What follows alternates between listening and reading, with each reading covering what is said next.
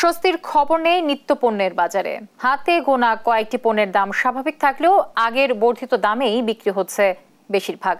দাম কমার খবর নেই মাছ, মাংস ও মশলার। ফজলে আদিত্যকে সঙ্গে নিয়ে বিস্তারিত জানাচ্ছেন মাহমুদ হাসান।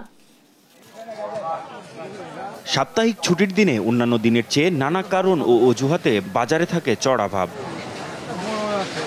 দাবদাহের সাথে নিত্যপণ্যের চড়া দামে বাজারে অস্বস্তি বেড়েছে আরো। এ নিয়ে ক্ষোভের সীমা নেই সাধারণ ভোক্তাদের। রমজান মাসে যেটা ছিল সেটাতে মোটামুটি ছিল, কিন্তু এখন মনে হচ্ছে থেকে বেশি। ব্যবসায়ীরা বেশি দামে আনে, বেশি দামে বিক্রি করে। আমরা যারা ভোক্তা, আমাদের তো আরো ইনকাম আয় সোর্স বাড়ে নাই, তা আমাদের খুব কষ্ট হচ্ছে।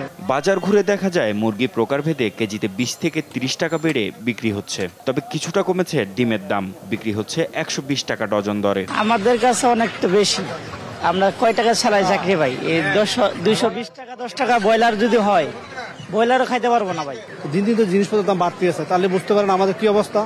গত সপ্তাহে যে মুরগিটা গেছে 330 টাকা, সেটা আজকে 390 টাকা দিয়ে কিনলাম। এই সপ্তাহে 120 টাকা আছে, তবে বাড়ার সম্ভাবনা আছে। খরচ বাড়লে যে কোনো মালের দাম এমনি একটু বাড়ে। পেঁয়াজ ও রসুনের বাজারেও নেই স্বস্তির খবর। প্রকারভেদে 20 টাকা বেড়ে রসুন বিক্রি হচ্ছে 160 থেকে 200 টাকা, আর পেঁয়াজ 70 থেকে 80 টাকা।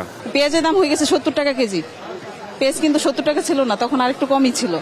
এখন যদি মনে করেন 40-50 নেমে আসতে তাহলে বেশি ভালো হতো। প্রত্যেকটা 20 টাকা বাড়ছে, আদায় 10 টাকা বাড়ছে, ইন্ডিয়ান রসুনও 10 টাকা বাড়ছে, আর পেঁয়াজ আপনার 10 টাকা বাড়ছে। 3 দিনের ব্যবধানে বাড়ছে 10 টাকা। ঈদুল আজহা সামনে রেখে বাড়তে শুরু করেছে সব ধরনের মশলার বাজার।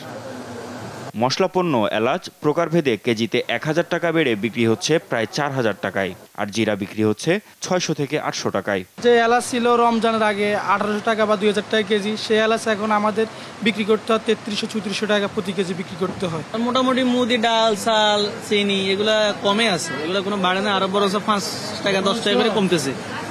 বিশেষ করে মশলাগুলোর দাম বাড়তেছে। তবে কিছুটা স্বস্তির খবর সবজির বাজারে। সপ্তাহ ব্যবধানে দামে খুব একটা পরিবর্তন আসেনি। মাহমুদ হাসান, দেশ টিভি, ঢাকা।